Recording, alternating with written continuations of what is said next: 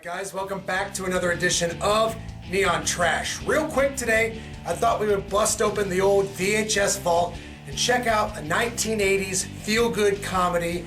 I'm talking about the flick, The Flamingo Kid.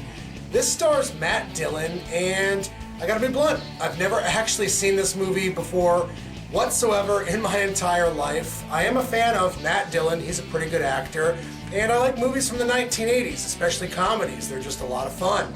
I really hope this VHS tape plays because it looks like it's seen better days. So without further ado, guys, you know this routine. Check out that trailer. Peep that shit, motherfuckers, and when we get back, you guys are gonna know my opinion on The Flamingo Kid. Dillion delivers a performance unlike anything he's done previously. 17 magazine.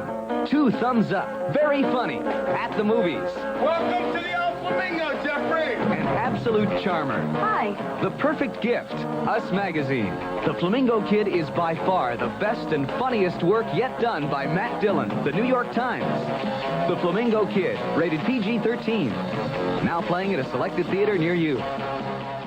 So, what can I say about the old Flamingo Kid here?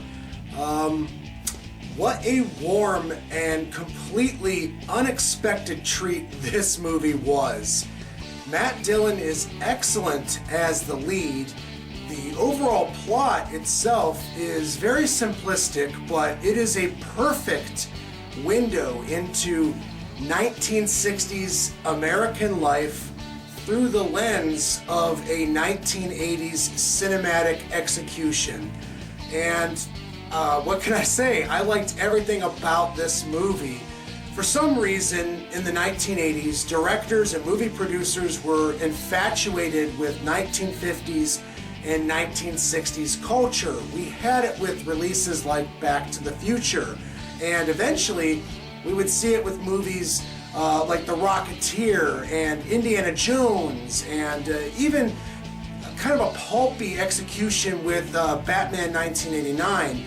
There was definitely this attraction to old school sentiment from the 50s and the 1960s. So movies in the 1980s really reveled in making the stories and the movies and the overall narrative of these, films set during those decades. It talks about the different classes of the upper class and the lower class. It also talks about how financial greed can really lead you into some sleazy territory. And it also kind of delves into this idealism that not always what you think you want is ultimately what's best for yourself.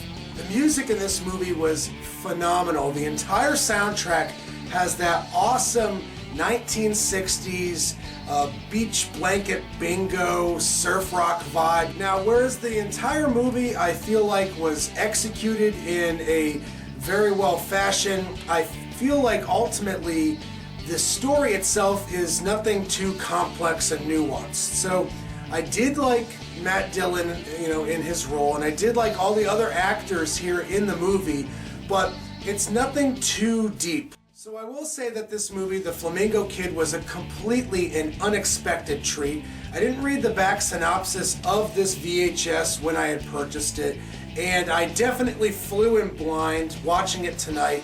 I had no idea that it was going to be set during the 1960s, and for all intents and purposes, I was kind of blown away. I liked all the performances, I liked the cinematography, I liked the music, I liked the simplistic story, I like the kind of feel-good elements to the overall narrative, and I really can't complain about this film. I think it is a completely underrated 1980s gem, and you could consider it a romantic comedy because at its core, that's exactly what The Flamingo Kid is. Out of 10 stars, I could give this movie, I'm kind of leaning towards a flat 7. It's not the best 1980s period piece focusing on the 1960s and decades in the past. Light and bright and cheery, and it does delve into some deeper subject matter here or there, but nothing too over the top, nothing overwrought, and by the end of the film it leaves you feeling good. So with all that being said, guys, I hope I've been informative. Until the next time, tune in to neon trash.